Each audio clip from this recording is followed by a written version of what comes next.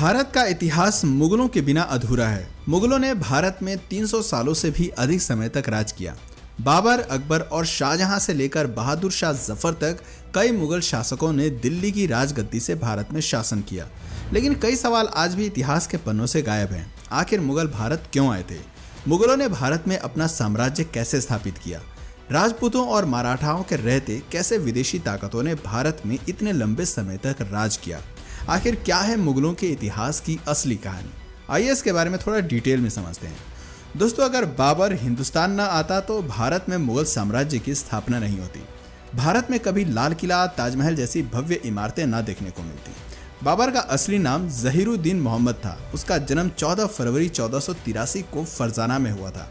फरजाना आज के समय में उज्बेकिस्तान के अंतर्गत आता है। बाबर को तैमूर और चंगेज खान का वंशज भी माना जाता है। केवल 12 वर्ष की उम्र में ही बाबर ने फरजाना की राजगद्दी संभालनी शुरू कर दी थी। ये बात बाबर के कुछ रिश्तेदारों और अंकल को रास नहीं आई और उन्होंने बाबर को हटाने के लिए षड्यंत्र बनाने शुरू कर दिए। बाबर को फरजाना और समरकंद से बेदखल कर दिया गया।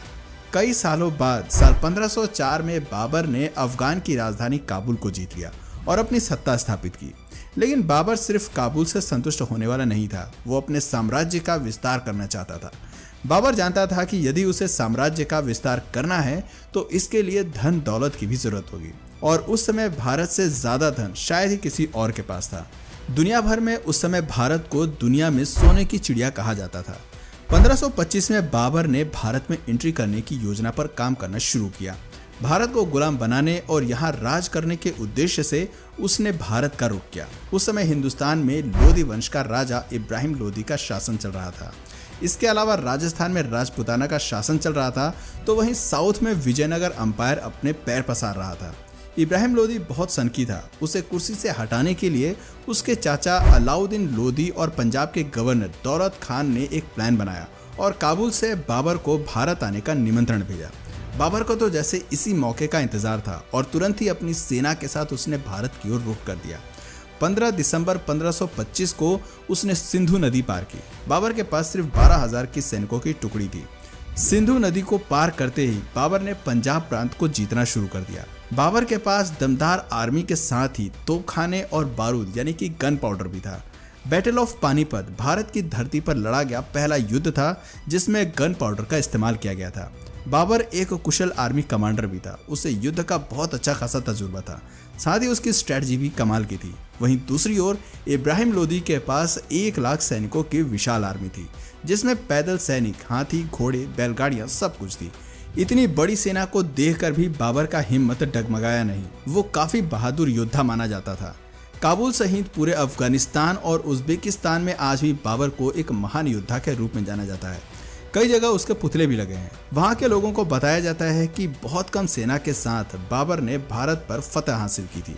पानीपत दिल्ली से करीब 60 किलोमीटर की दूरी पर स्थित है और वर्तमान समय में हरियाणा का एक जिला है। बाबर ने इब्राहिम लोधी को युद्ध के लिए ललकारना शुरू किया। अपनी रणनीति वो पहले ही बना चुका था। उसने दुश्मन के इलाके में एक खाई खुदवाई जिससे कि लोधी की सेना ज्यादा फैलाव न कर पाए और बाबर की सेना को आसान टारगेट मिल सके। बाबर की सेना के कुछ लोगों ने कहा कि हमें वापस लौट जाना चाहिए, लेकिन बाबर ने वापस जाने से साफ इनकार कर दिया।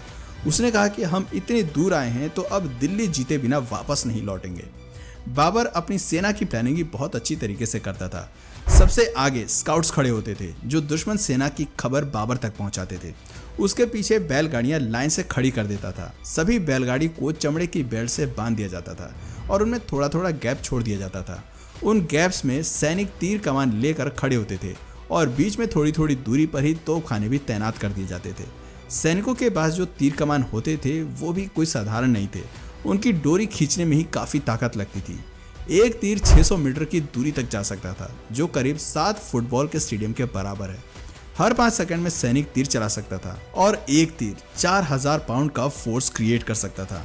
बाबर के पास एक वेल ऑर्गेनाइज्ड आर्मी थी। दूसरी ओर लोधी की सेना ने भी मैदान में डेरा डाल दिया, जिसमें 1 लाख से अधिक सैनिक थे।